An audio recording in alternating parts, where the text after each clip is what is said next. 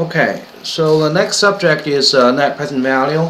If you look at this problem set, you have an investment that pays $200 1 year from now, and then the cash flow increase by $200 per year through year 4.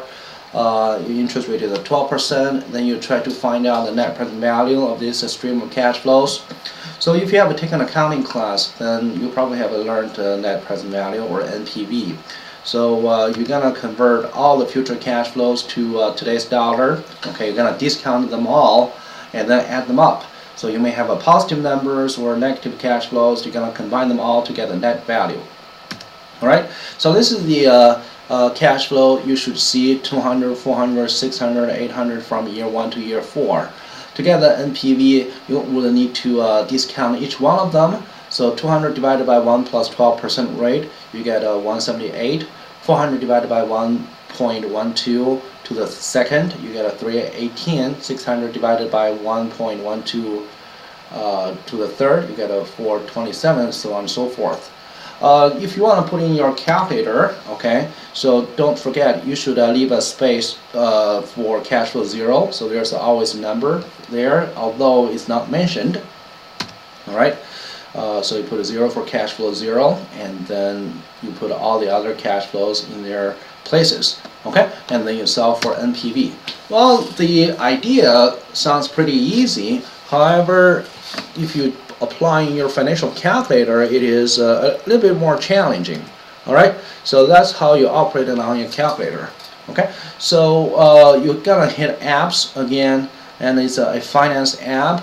And you are not using time value money solver this time because your cash flow is not fixed. It's not the same amount. If it is a fixed amount, then you have a payment. Then you're going to use time value money. When it's a 200, 200, 200, 200, for example, then you use time value money.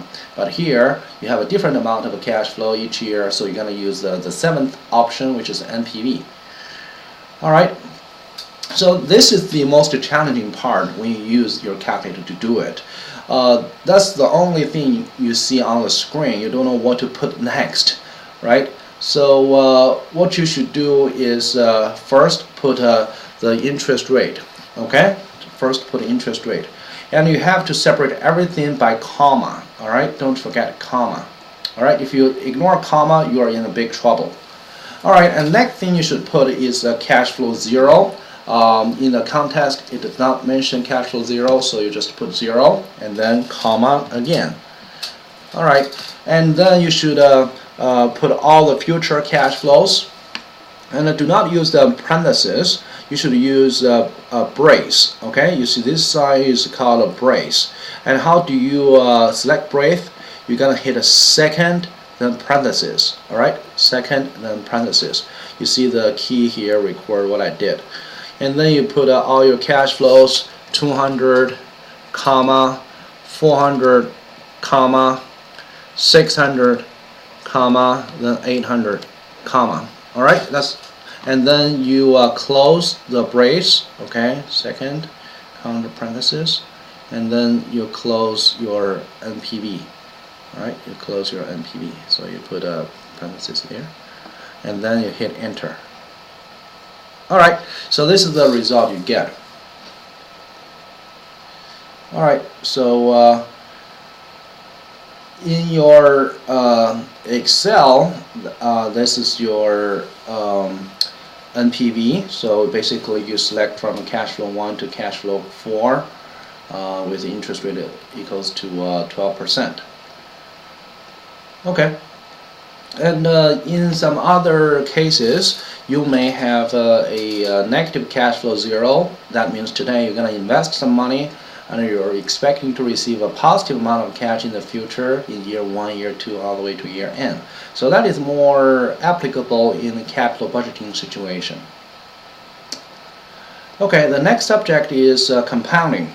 If you visit the formula for future cash flow, it will be equal to cash flow 0 times 1 plus interest to the power of a number of years. Okay, if you invest $50 for 3 years at 12% rate, so that's how much you would get, 70.25. So you can spend time to verify that number. The thing is, the interest rate may be compounded annually, or it may be compounded quarterly, semi-annually, or even monthly, daily, or per second basis. Okay, so if this is this interest is compounded semi-annually, so you're gonna divide the 12% annual rate by 12 to convert to a semi-annual rate. So 12 divided by 2 is 6%. All right, you got 6%. And then after you use a periodical rate here, you should use a number of periods. So each year you have a 2 semi-annual periods, so m equals to 2 times t years, so you times 3 years, so you're going to get 6 semi-annual periods. So if you do that operation, and this is what you have. So 12% divided by 2, and then 3 years times 2. So you use a 6% periodical rate, okay, and then raised to the power of 6 periods. So you would end up with a different number, 1793, which is higher than 1725 you got. So this comes to a formula of effective rate. So the effective rate is 1 plus the quoted stated annual rate divided by the frequency. Okay, m is the frequency.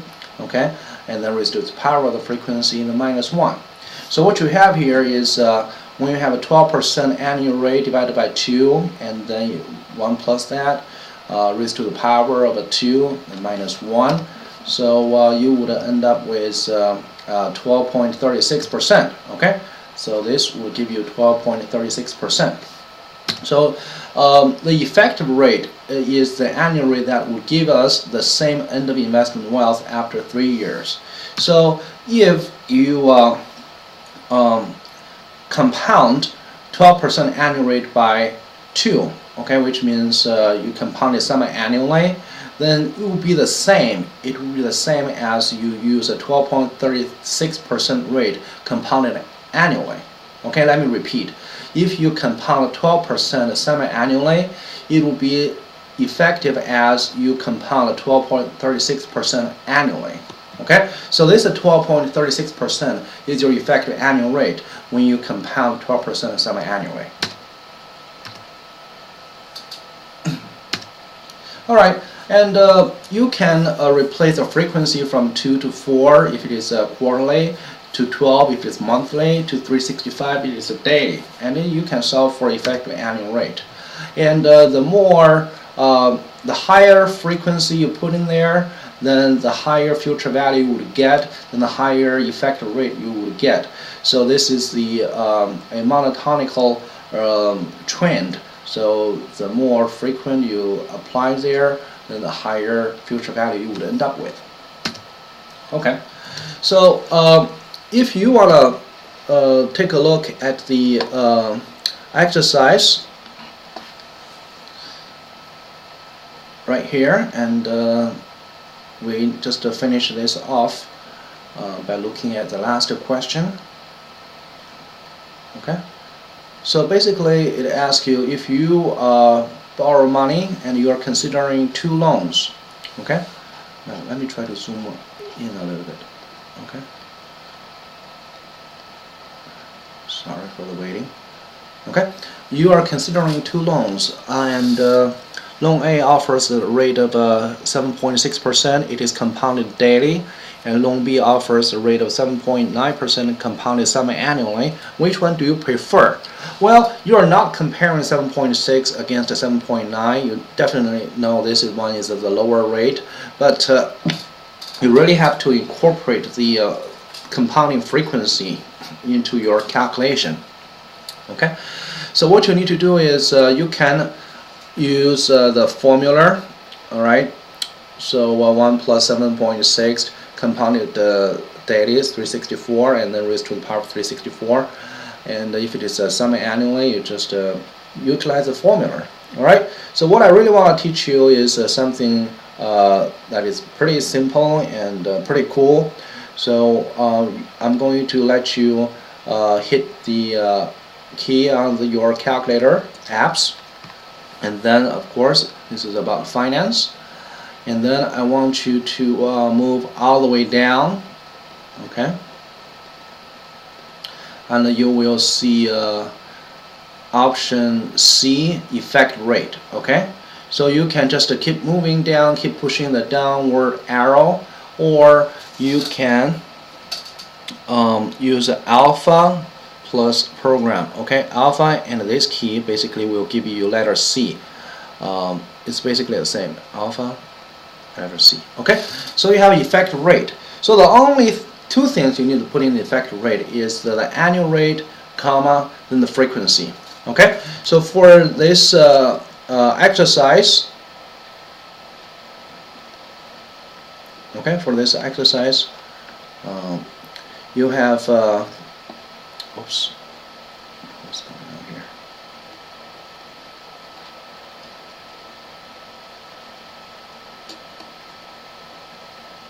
So you have loan A gives a 7.6% compounded daily.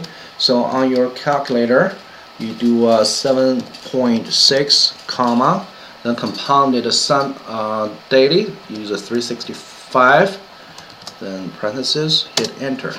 Okay, so your effective rate is a 7.89. Okay, 7.89, or if you round it up, it's going to be 7.90.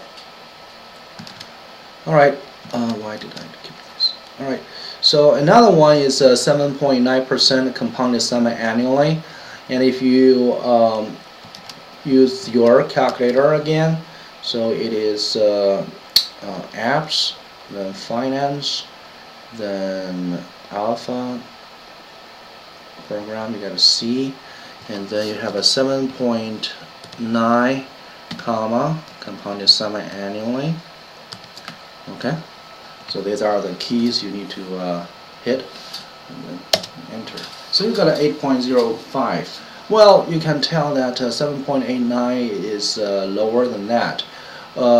Well, you would reach the same conclusion as if you compare 7.6 against 7.9, but in your test, I really want you to show me the effective annual rate instead of the nominal rate which was given to you.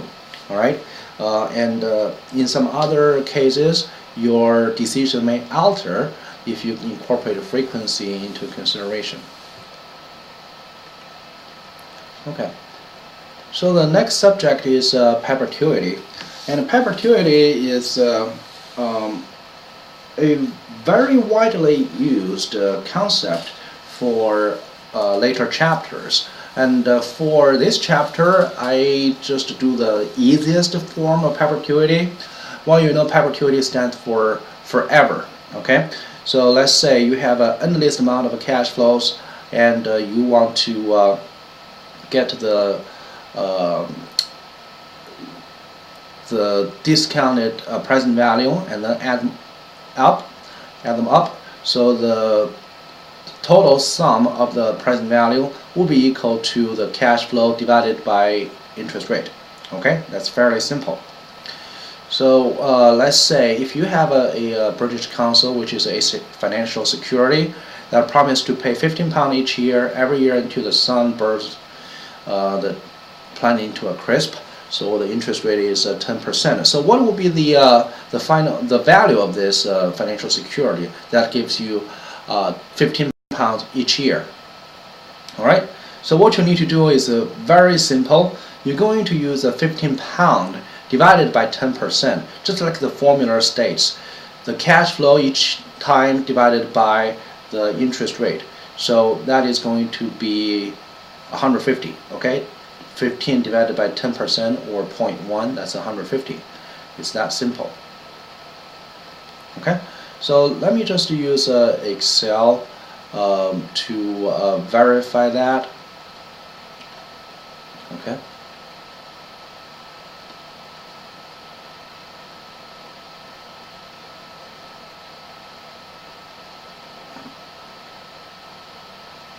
Sorry, my Excel is taking a little bit of time. Okay.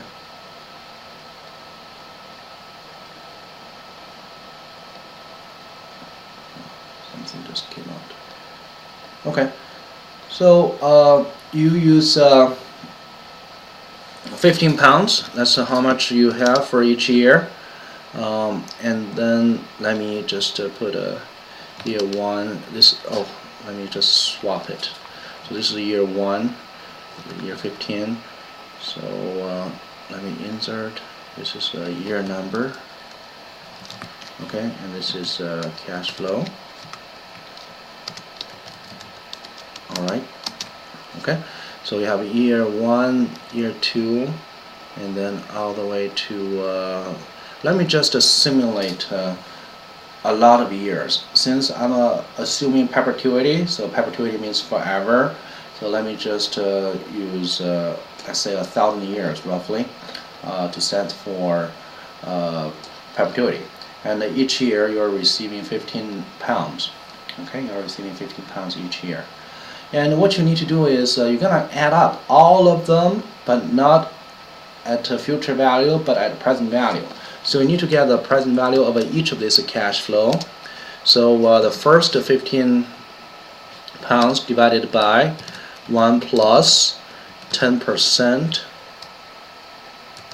Okay, and then raised to the power of 1. I'm going to borrow this reference cell. Okay, so that's year number.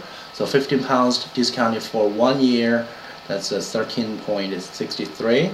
If you discount it for 2 years, the same 15 pounds will be worth less, 12.39, and so on and so forth. And then I just discount all of them. So you will see a trend that if I if the time just keeps going on and on, then the present value of the same 15 pounds would be lower and lower, and it would shrink to literally 0, okay, as time goes by. So these are all scientific notation that are very close to 0. Alright? So, or just put this way and decrease the decimal. Okay? You will see after 80 years, then you will have all zeros for the future value. Okay? And then if you add all of them up, it's a sum function. You start from here and all the way down there. So you got a 150, okay, 150 pounds.